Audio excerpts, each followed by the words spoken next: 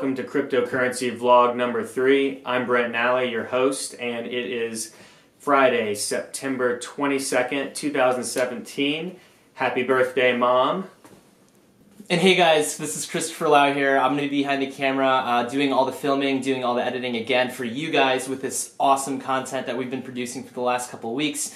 Thank you guys for commenting. Keep on bringing on the commenting. We're going to do this vlog a little differently. I'm going to have Brent take it away for you and start this off. We're going to start off vlog number 3, a little different than the first couple vlogs. I want to answer a couple questions that came in through the audience. So the first question / comment comes from one of my friends, Brian Finnegan from Louisville, Kentucky. And Brian states, "Not sure if I'm a believer just yet though. It's not a bad idea, just don't see it scaling in modern societies or big government, letting it gain momentum where this becomes a major player in currency." So I'm pretty sure Brian's referring to Bitcoin in general, but probably also cryptocurrencies in general as well. Brian goes on to state, also, where does my USD, US dollars, go when I buy Bitcoins? Someone at the top of BC, I assume he means Bitcoin, is collecting real currency, and in return, I receive a currency that isn't backed by a major government and only just invented 1 to 2 years ago, question mark. Just seems very risky and questionable, my opinion.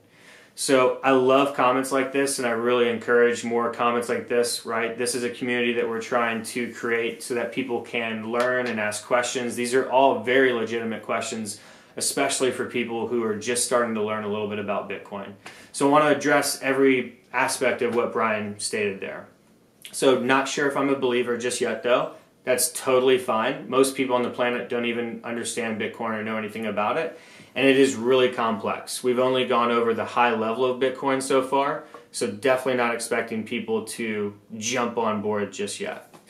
So he said it's not a bad idea, just don't see it scaling to modern societies or big governments. So here's a really important point on that.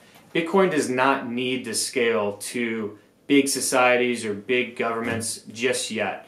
It doesn't have to do that ever, really, to be successful. In fact, in my opinion, right now, with Bitcoin being an 8-year experiment in 2017 and having roughly a $60 billion market cap, Bitcoin's already been incredibly successful.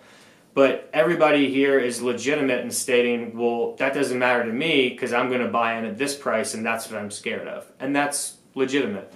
But what I've pointed out in the couple videos that we've already created is that there's no reason to believe why Bitcoin can't continue to scale because it hasn't even hit anywhere near 1% of the population as far as adoption, right? So it's still super early in this experiment. If Bitcoin is super successful, then it will eventually take over all global currencies, but that's still a long way off, and that will be a lot of wars and battles and ugliness because governments aren't just going to roll over. Banks aren't just going to roll over and say, okay, Bitcoin, you win, you got us, you're better money in every single way than we are, and we give up. That's not going to happen.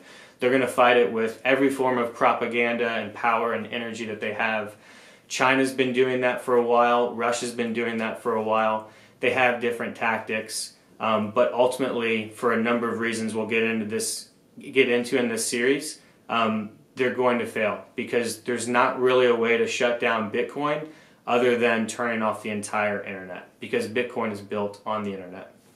Okay, so to address a few of Brian's other questions, he said, where does my US dollars go when I buy Bitcoins? So that's a great question.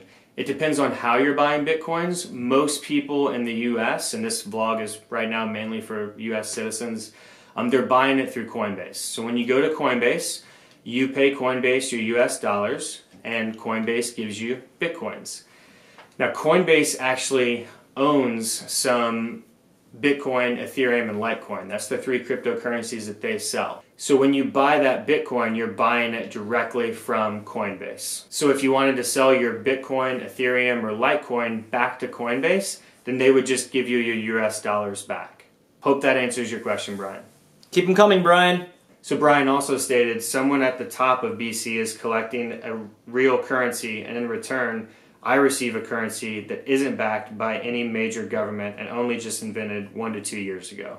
So again, on that one, Brian, Bitcoin was created a little over 8 years ago. It went live January 3rd, 2009. And then as far as the real currency, I think what you mean is it's actually backed by a government. But Bitcoin is a real currency, and it's real because people will exchange their hard-earned dollars or their yen or their euros for the Bitcoin.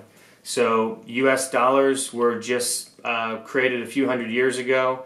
The Federal Reserve System was just created in 1913. Don't forget that that is just an experiment that is continuing to go on, and I believe that it will fail soon, within the next probably 20 years. And don't forget that euros were just created in the 1990s, right? So currencies are created all the time. That's what this series is about, education on money. So we used to have gold, and we used to be able to get receipts for that gold, and that became money. Here's your receipt, that piece of paper, pass that around. You can come back anytime and exchange it for gold. And then slowly, we've just gotten rid of the whole gold standard, and now this paper stuff, and now really these digits are now money. But I think where Brian's question really gets down to the root is he's not believing in Bitcoin yet, and that's okay. But this is a belief system that we're talking about. As soon as people believe in Bitcoin and stop believing in US dollars or euros or yen or whatever currency that you have, the whole game's over. That is a really important and powerful message for everybody to understand. This is just a game of perception. So if you believe in Bitcoin or cryptocurrencies more than fiat currencies, then the game's over. The more people believe in that, the world will change. It's really that simple. There's no way to stop Bitcoin and cryptocurrencies because they are written on the blockchain and they can't be hacked. So for me, I would rather put my trust in something like Bitcoin that's backed by algorithms and it's backed by math and it's encrypted so that it can't be hacked. And I know that there's a set amount of Bitcoins that exist now and that will exist in the future. It will be 21 million Bitcoins will be the last Bitcoin mined by the year 2140, compared to politicians and government who can at any time inflate the money supply and essentially steal money from me if I'm owning dollars or if I own euros and they decide to inflate the euro. And so the last part that I wanted to address is Brian said it just seems very risky and questionable, my opinion.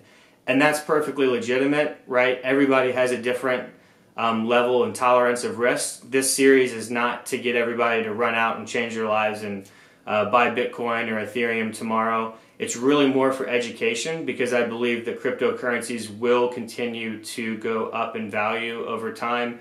They will continue to be a bigger and bigger part of our global financial infrastructure. So it's important for people to have some form of education on what they are, and the sooner the better to start learning about that, especially if you believe that this is going to continue to grow. So Brian, thanks for your question. I hope that answered every aspect of your comment and question, and really appreciate you participating. Question number 2 comes from Brent Nally in San Carlos, California.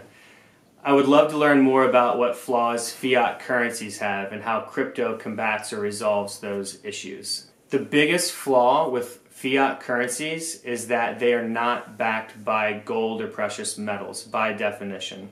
So they're based off the faith of the people who own that currency.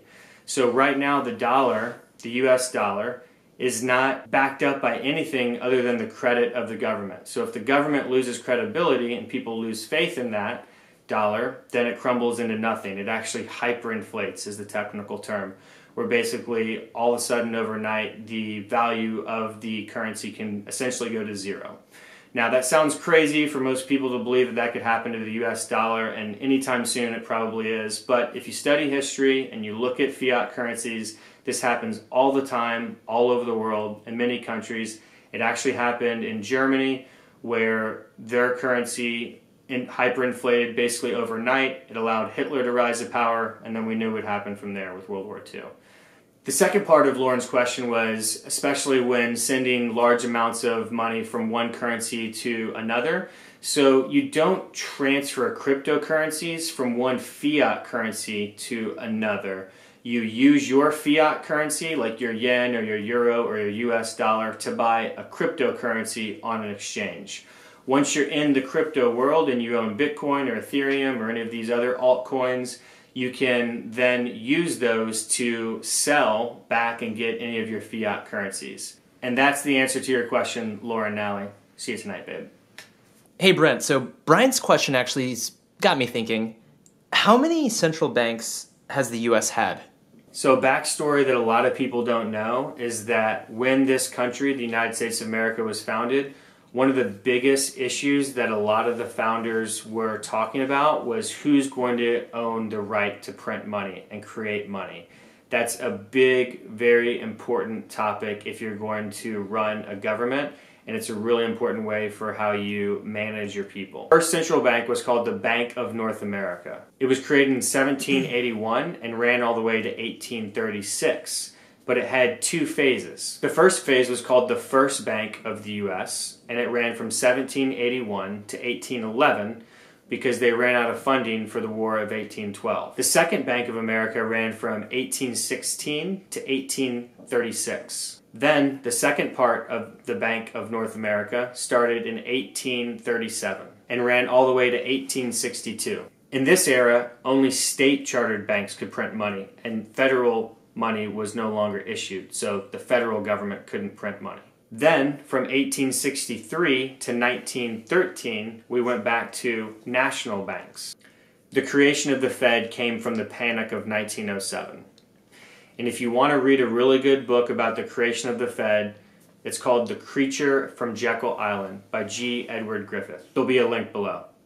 So now we've been running this experiment called the Federal Reserve for about 104 years. And in this experiment, they've inflated the monetary supply about 98%. So the way that I honestly look at this is there was a crash in 1907.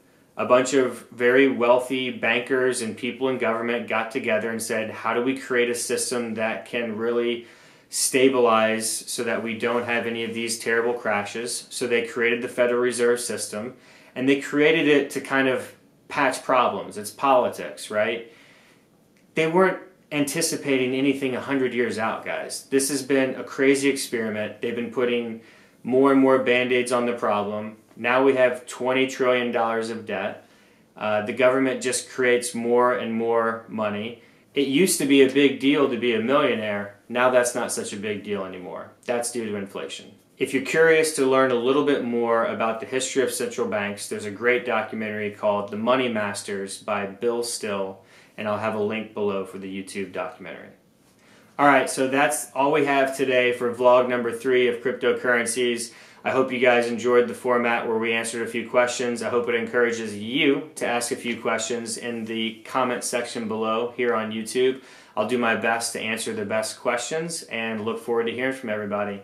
Don't forget, hit subscribe if you haven't done that yet. If you like this content, please click the like button. And like I told you last week, if you want to take this relationship to the next level, click on the little bell and you'll actually receive notifications when I create new vlogs. All right, see you next time.